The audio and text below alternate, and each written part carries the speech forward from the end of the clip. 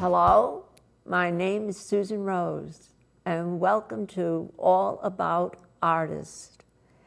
And today we have a special guest artist, Hardy, who will be sharing his unique artistic journey with us.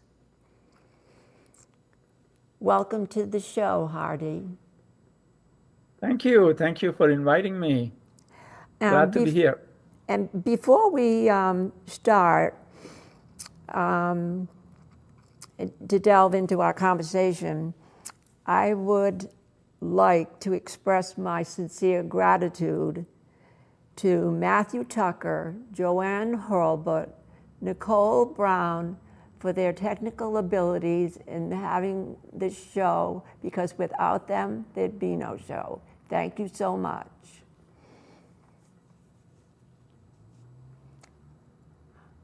Hardy, how did your interests in art begin?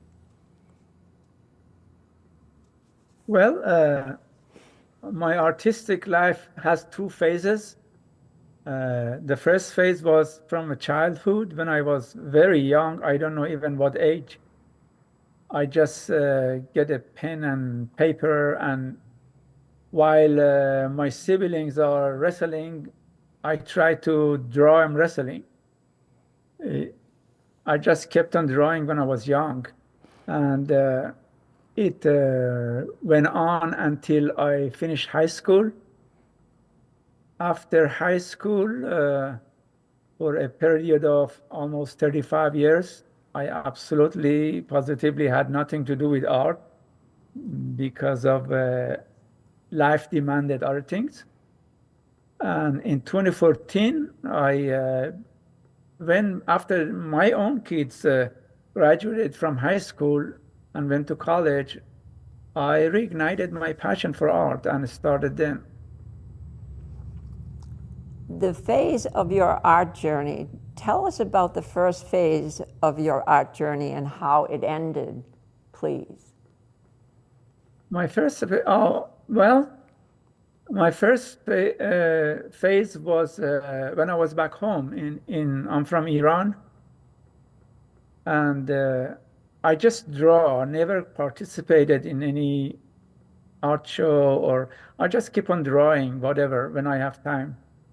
And from when I got to high school, I transitioned from pencil drawing to pastel drawing. So I have done a lot of pastels for a few years before I finished high school. And none of them, I absolutely had no classes after school, nothing about art. Everything is all self-taught. And when I finished high school, I migrated to the US to go to college. And it was more difficult than I thought. And the one thing that I was able to sacrifice was art in order to pay my attention to other things that was demanding. That was my first phase. When did the second phase of your artistic journey begin, and how? Well, it was, as I said, it was in middle of 2014. 2014. And I had a lot of issues that was bothering me, let's say. And I was kind of in deep depression. But I had a neighbor who was an artist, and she kept pushing me to go to her studio and start painting. That would help. I resisted, but she didn't stop. Finally, I went to her studio. She gave me a canvas, brush, and paints, and just say, do something. And I've never used brush or paint. All experience I had was pastel and pencil. Is it oil paint? Yeah, No, it was acrylic. Acrylic, or did So you ever do oil?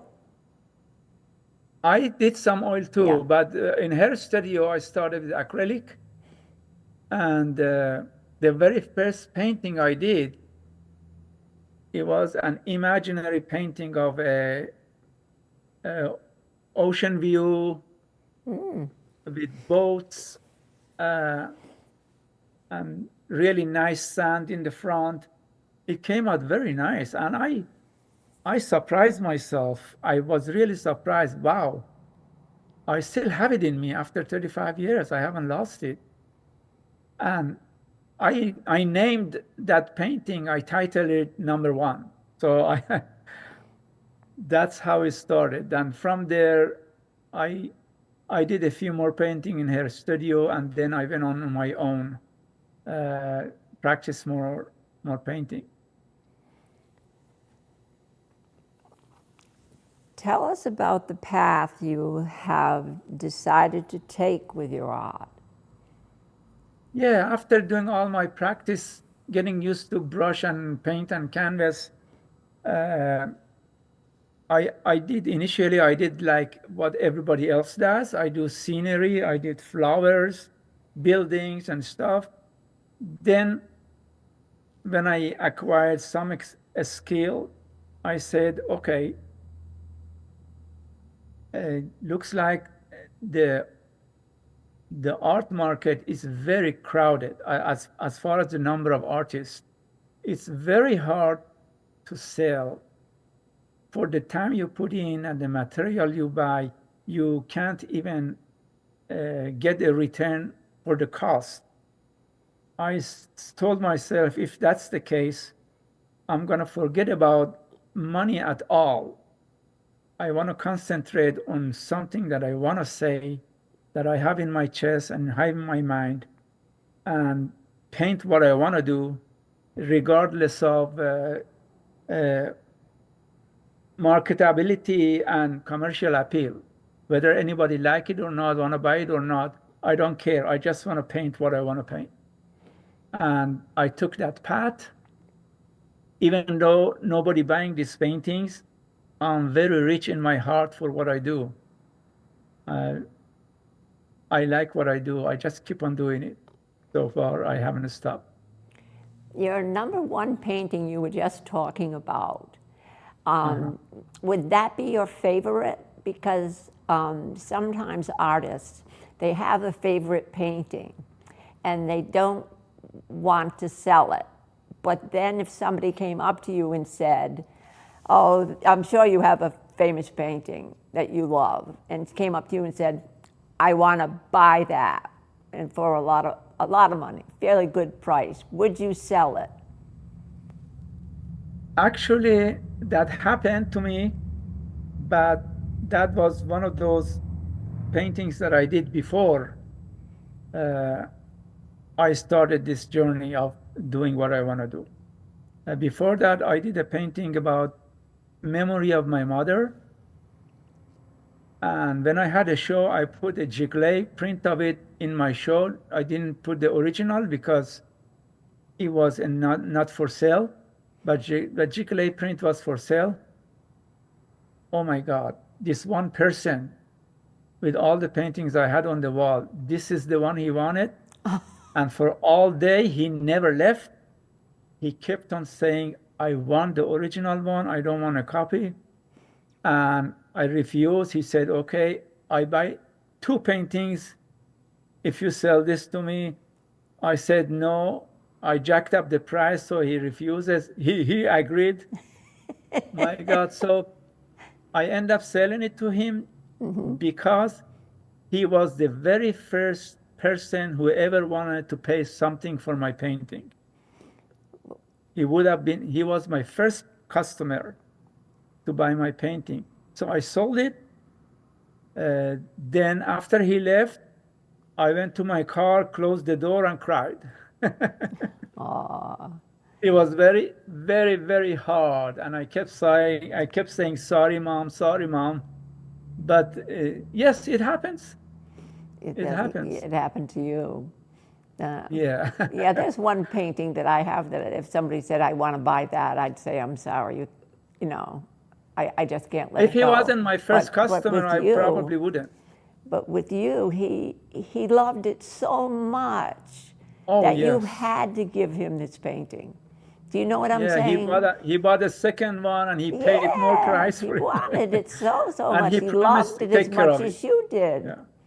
Yes. Well, talking about paintings, why don't we see a couple? Sure.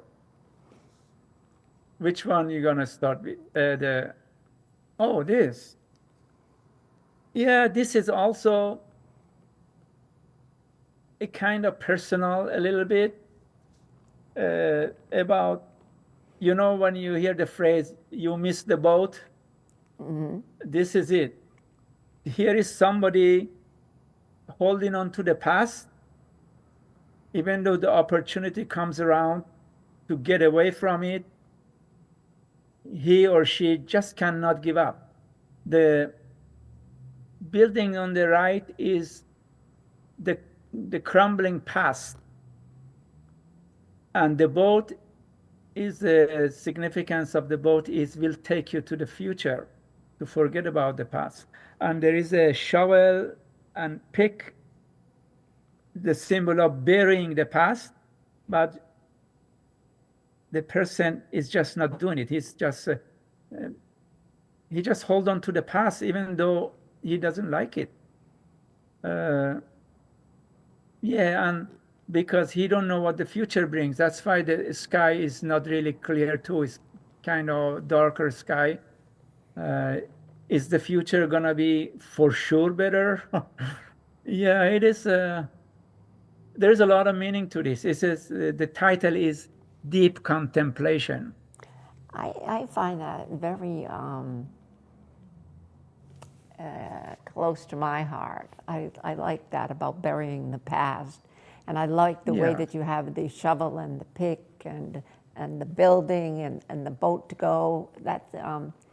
That's beautiful. I love your work. I just love your work. Thank you. Thank you. Maybe we could see another one. Oh, I like this. Yeah, this is also one of my favorites because it made it to the De Young Museum in San Francisco, which is one of the prestigious museums in the United States. This is when the pandemic happened. The market collapsed.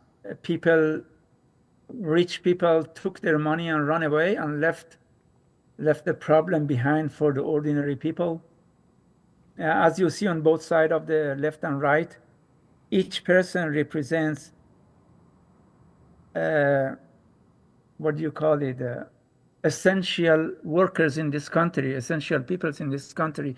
If you look at their uniform and what they're wearing and what they're doing, they are essential peoples, and we know what happened to them after the pandemic. All their financial life went to ruin.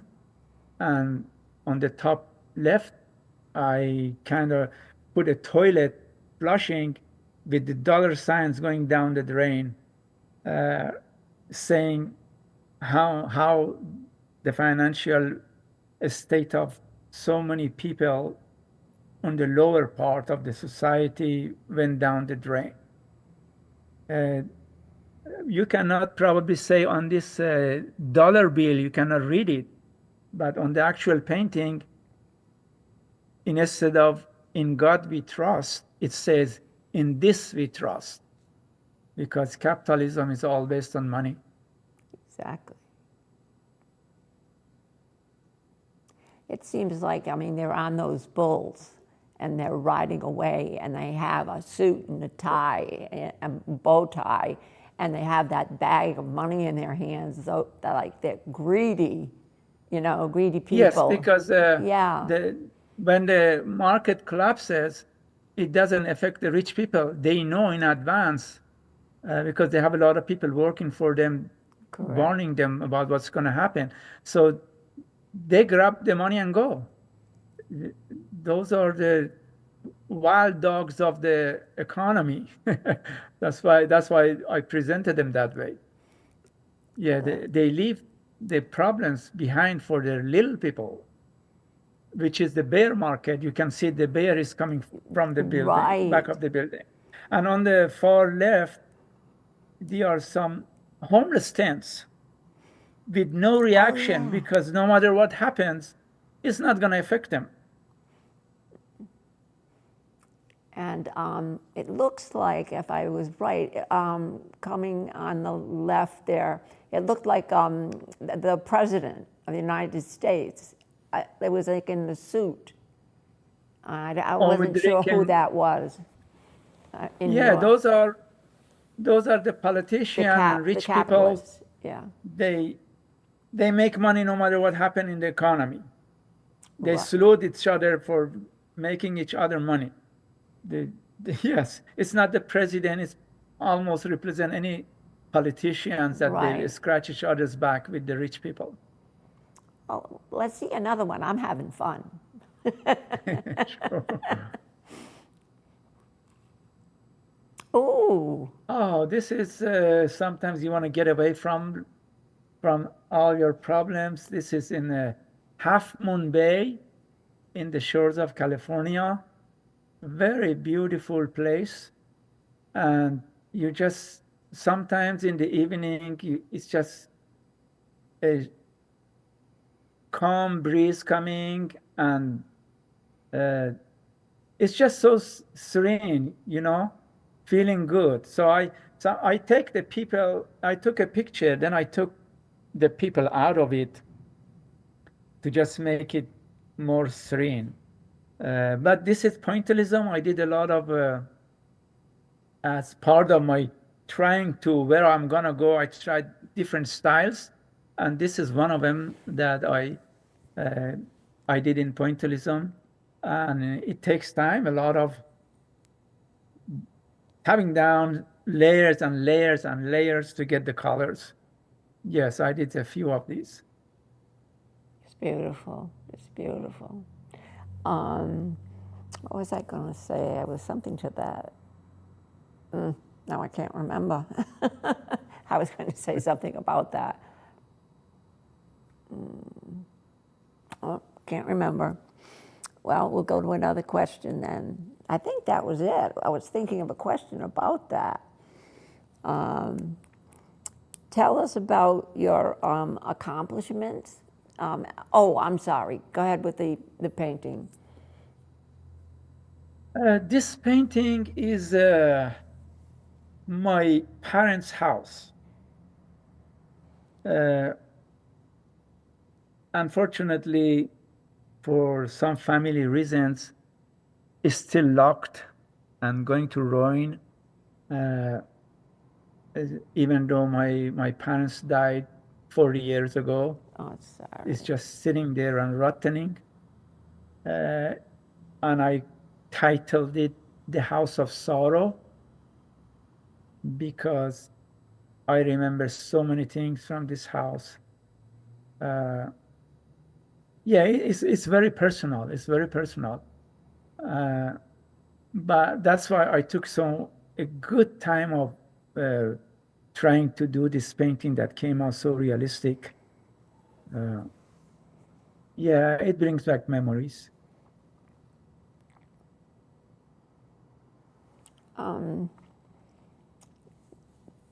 Just one question. Let's tell the people where do you reside? I know you said California, but whereabouts was it? Is it San Diego? Where you For live? me, Yeah. I am in San Jose. San Jose, that was it. Yeah. Yes, I mixed you up with somebody else from California. I wanted to make sure they know where you live. Well, of course, California, but where? Tell us about your accomplishments, what you feel. Well, I've sold some paintings, but none of them with social or political issues. All the ones I did previously uh, uh, prior to taking this path for my new type of subjects that I do. Uh, and not that many either. I mean, I've been painting for 11 years, and I have sold 11 paintings so far. Well, it's, But that's good. these paintings that you see behind me or you showed earlier is received very well. It had gone to the Young Museum, Hagen Museum in Stockton, Triton Museum in San Jose, and many art centers. Everybody loves it. Everybody thank me for bringing attention to issues. But these are not the type of paintings that people are gonna hang in their living room. So they're all staying with me. And it's fine with me, and I keep on doing it because I have the call to do this. I feel like I have the call to do this. Not buying, not being sold is not going to deter me from stopping doing this. I have received many awards throughout the 10 years. Even starting from the first year, I got first place. I have best of shows. I have many. I have received many recognitions, which make me feel good, even though it's not monetary, but at least I'm recognized. And through recognition, Triton Museum in Santa Clara approached me and asked me to have a solo show there. And this is something every artist dreams. Yes. A lot of artists, they have to write a proposal and submit and send samples, go interview to see if they're gonna accept you or not. Me, someone tapped on the back of my back and I turned around. It was the director of the Triton Museum, and he started talking to me and he said, "We'd like to offer you a solo show at the museum." I said, "Wow." I was in shock. And it was 10 weeks, and attendance was very well. Attendance was very well. But no calls or interest on buying anything. But still, I am very happy for that opportunity, very happy. Well, to tell you the truth, I really like your political paintings. I like them very much. Oh, thank you. I know everybody likes it, but not for purchasing. Everybody just likes it Well, and I don't know thank how me. much they cost, but I'd hang it in my house. Honestly, I would. I think your work is very unique in how you. That cloud of no, the toilet flushing the money down. Yeah. I thought Yes. that was a tornado swirling the money down into the, that's No, what, because but you I like heard the phrase, toilet they say part. everything flush down the toilet. That's Yeah. what I was trying to show. That's good. I like it. I like it. Well, we're down to like almost 3 minutes. Would you like to show another painting? How about the one with the hands? Oh, show me. I'm wondering if you can get that one up. Let's see. Yeah, that's the one I Oh. wanted. Can you describe that, please? Yeah, so when I came to go to college here, I attempted to continue my art once a while, not as often. Even though that time I was kind of always be conscious about society and political situations. So this one shows the two superpowers, even though on the surface, on TV or on town halls or whatever, they talk about how the two superpowers are enemies and they stand up against each other. But in reality, on the back, the shaking hand and making deals this country is for me, that country is for you. Let's just quiet down. I give you this country, you give me that country. This is basically was my idea of this painting. What you see in the front from the politician is completely different than what's going on behind the doors. Is that the world in that Yes, circle? it's the world right in the middle here. And They're all dividing the world within themselves. This is basically how, when the Soviet Union still was around, and the US, that's what was happening. yeah, and the dagger, it means like, It means that they are fighting each other on the face, but actually behind the scene, they are shaking hands and making deals. right, that sounds right. Still doing the same thing. It always will be the same. Yeah. Well, how do you inspire other artists, or like your friend there who inspired you to start painting? You know, if you came across somebody, how would you inspire them? We've got about a minute left. Actually, what I tell people, if you really want to be an artist, you should not care about the money or people like it or not. Just do it, because the side effect of it, which is healing, the side effect of painting is healing. It just calms you down and help your life by itself. When you paint, it's the same as music, no different. It just helps you better than taking pills. I mean, Yeah. it's almost 20 years. I refuse to take any pills. When I go to the doctor, they give me pills. I just don't take it. Yeah. Because It's a you can manage it meditation. yourself without the pill, by keeping yourself busy with something you love. Well, we got about 13 seconds left, and I am so happy to have you, Hardy, very much so. And thank you so much for coming on the show. Thank you very much for inviting me. I enjoyed it. This gives me exposure to the other side of the country, hopefully. Yes, Yes, we're on somebody both will be both interested. ends. We just stopped, but we still can talk. We just.